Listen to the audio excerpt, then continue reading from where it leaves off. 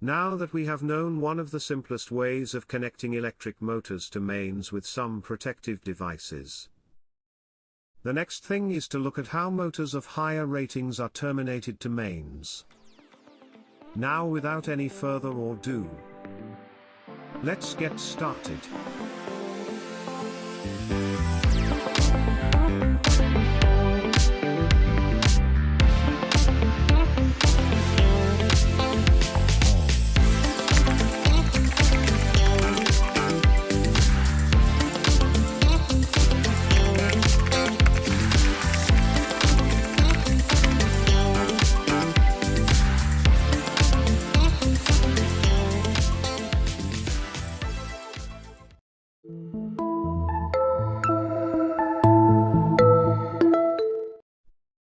Of course, it is important to note that the current drawn by an electric motor that is rated 2.2 kilowatts is going to be a little bit different to an electric motor that is rated 5.5 kilowatts. Hence the reason for another means.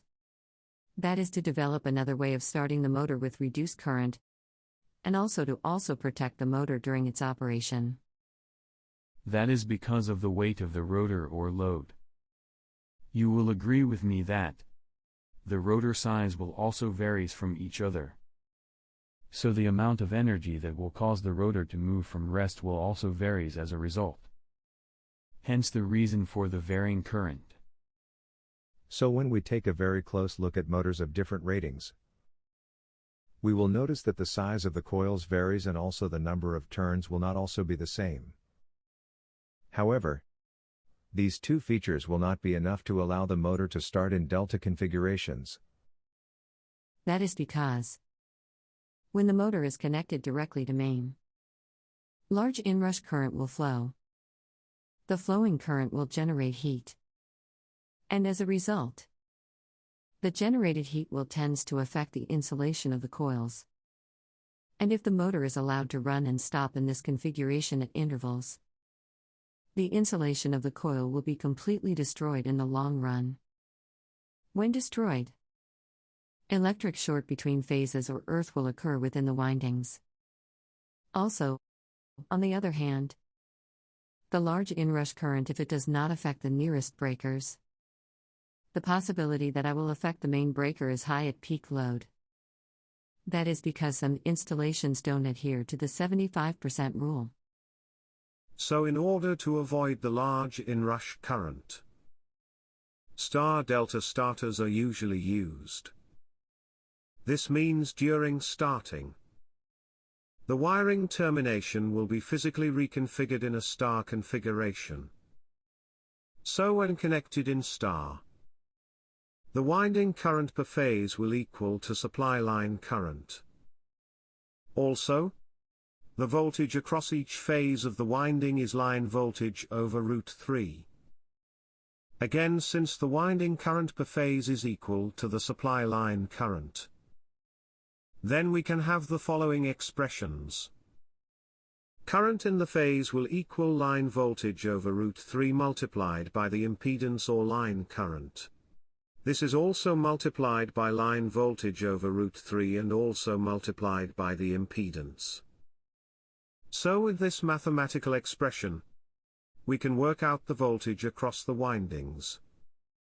Since the stator voltage is reduced by 42%, then we will be having 58% available. So we will multiply the 58% by 415. With this, the phase voltage will be around 240 volts.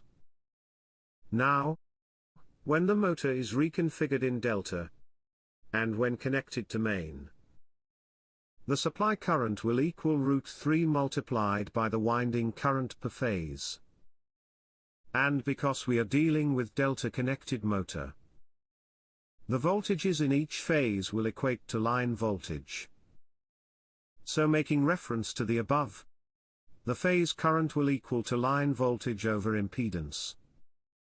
And as such, it can be rewritten as the line current, which will equal to √3 multiplied by the phase current. And all will be equal to root 3 multiplied by the line voltage. All over impedance. So when we make reference to the above calculation, and as we all know that maximum voltage will be applied to an electric motor that is connected in a delta configuration, which is at 100%, then the maximum voltage will equal to the line voltage, which is 415 volts. Now, by comparing the supply line currents drawn by an induction motor with star and delta connected winding, that is line current supplied to the motor in delta configuration over supplied line current in star configuration, this will equal to root 3 multiplied by the line voltage over impedance. And the ratio of line voltage over root 3 multiplied by the impedance, this will equal to 3, and further equal to line current in star configuration, which will equate to 1/3 of line current in delta.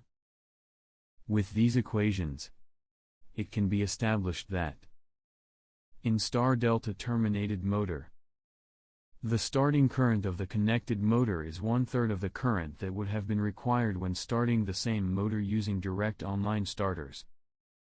Again, the starting torque of an induction motor is proportional to the square of the voltage that is applied to the winding per phase. And that is what those equations just proved. Star delta starter consists of the following devices, which are 3-phase breakers, single-phase breakers, 3 contactors, overload relays, timers, emergency stop button and push button. These devices are what made up a typical star delta starter. And on the other hand, the schematics of this starter are divided into two, which are the power side and the control side. Those devices are what made up a typical star delta starters. And when we compare this setup with direct online starters, we can see that it is a little bit similar, just that we will now have more wiring terminations, timers and more contactors which are to be used to manipulate the winding terminations at a preset time. That is from star to delta at interval.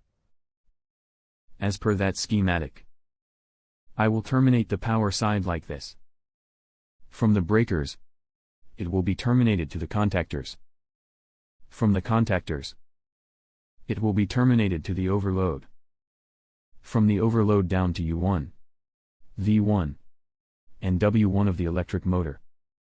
Now this is where things get interesting. Unlike the DOL where the motor terminal will be configured to be either in star or delta configurations, in this termination, the reverse is going to be the case. The reason why it might not be done that way is because the configuration is subjected to change at a certain interval. This is when the motor has reached a certain speed. So it is going to be difficult to have it configured on the motor terminal. Hence the reason why the 3 contactors are used. And it is for that reason that the circuit will be designed to switch at intervals as per requirement. Now with that said, the first contactor will be known as the main contactor. This contactor over here will be known as the star contactor. And the last one will be known as the delta contactor. Now in order for us to terminate the other ends, which are U2, V2, and W2, then there is a need for us to terminate them while making reference to this sketch over here. So we'll draw a delta transformated windings that will clearly be showing the 3 windings. And I will tag the 3 windings like this: U1 to U2, V1 to V2, and W1 to W2. Now we can see that W2 and U1 meet at a common node. So we'll circle this common point and denote it L1. So the red cable that was connected to U1 will also be connected to W2. Again, when we look at U2 and V1, we can clearly see that they both share a common point also. So we'll make a circle here and it will also be tag L2, which means the yellow cable that was terminated to V1 will also be terminated to U2 also. Looking at the other end of the delta sketch, we can see that there is a common point between V2 and W1. This point will be circled and it will be denoted L3. So the blue cable that was connected to W1 will also be terminated to V2 also. Now, you have just physically configured that motor in delta. But again, this termination still gives room for the frequent switching that will be done by the contactor. Of course, just like Laura said, it is important to note that the switching is not on the motor side. Instead, it is done outside through the use of star and delta contactors. Now I will terminate this wire to the delta contactor. That is red to T1, yellow to T2, and blue to T3. Again, it is important that this is done correctly. Otherwise it can lead to an electric short.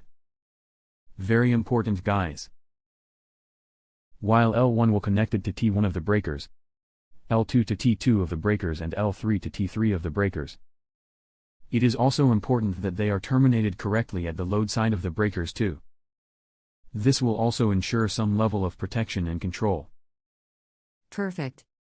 This is a complete delta termination and the delta connection is outside and not on the terminal block. Now, the star termination can be done without putting much emphasis on the phase sequence. That is T1 to L1, and T2 to L2, etc.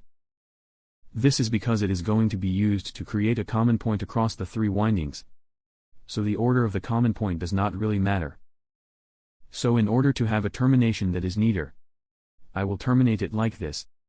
T1 of star contactors to T3 of delta contactor.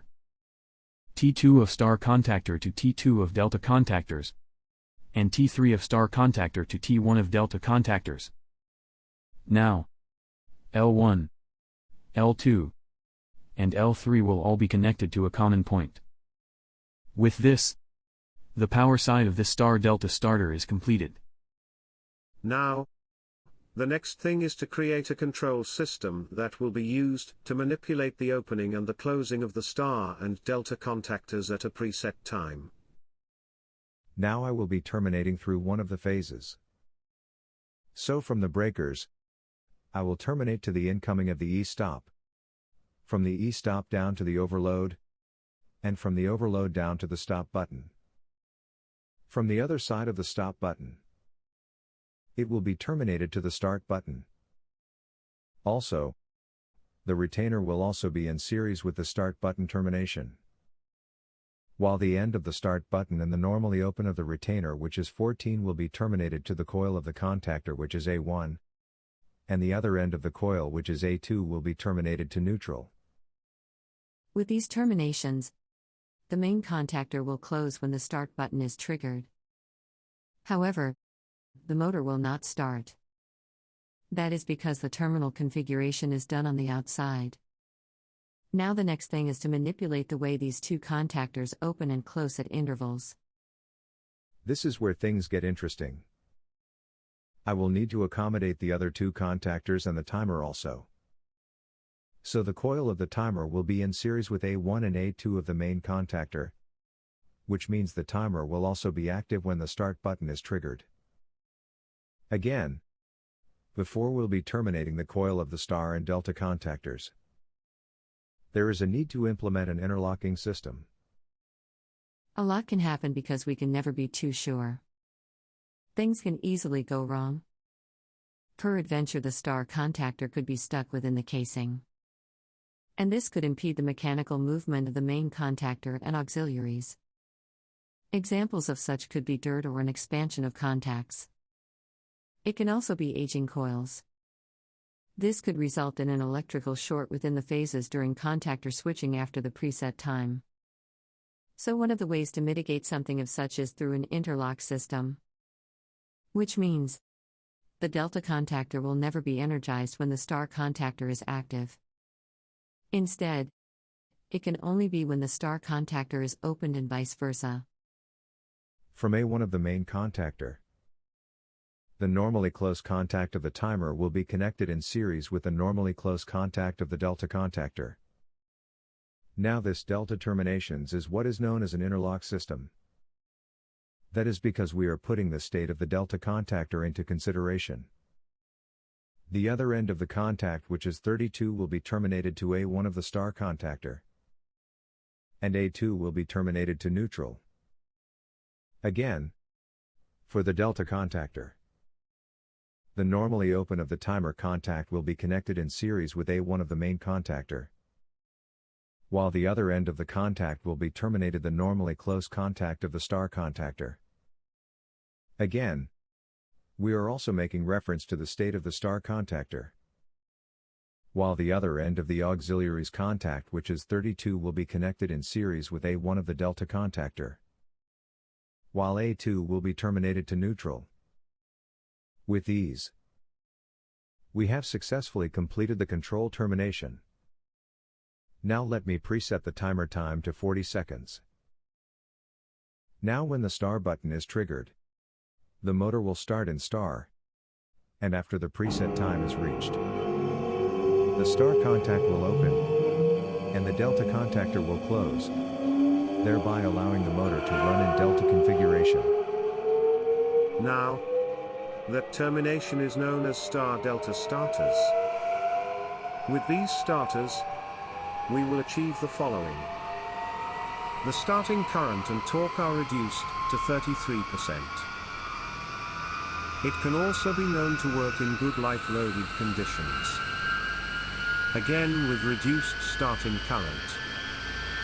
The heat produced will be less and less mechanical stress also. That is it for today's series.